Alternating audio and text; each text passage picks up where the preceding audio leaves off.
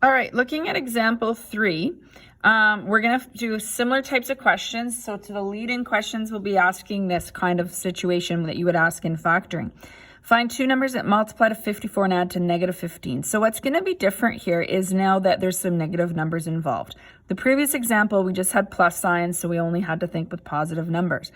So if something is multiplying to get a positive number, but it adds to a negative 15, that means if you're multiplying to a positive number and it adds to a negative number, both numbers must be negative, because a negative times a negative is going to equal a positive, but a negative plus a negative, so let's say I add -1 plus -1 equals a negative number. Okay, so both numbers must be negative when you have this situation.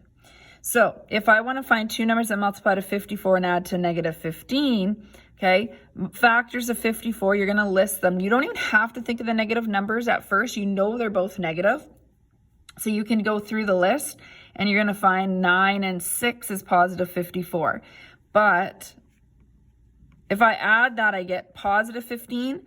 These should both be negative, and then when I add them, I get negative 15. Okay? Feel free to try B on your own if you wish to pause the video. Otherwise, just stay tuned. I should say two numbers. There's a typo there.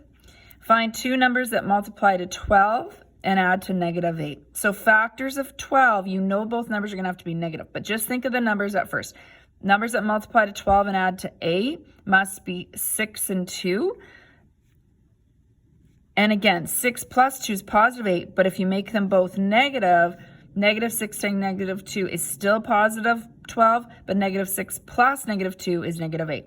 Okay, so when you want to multiply to a positive number and add to a negative, both signs are going to be negative.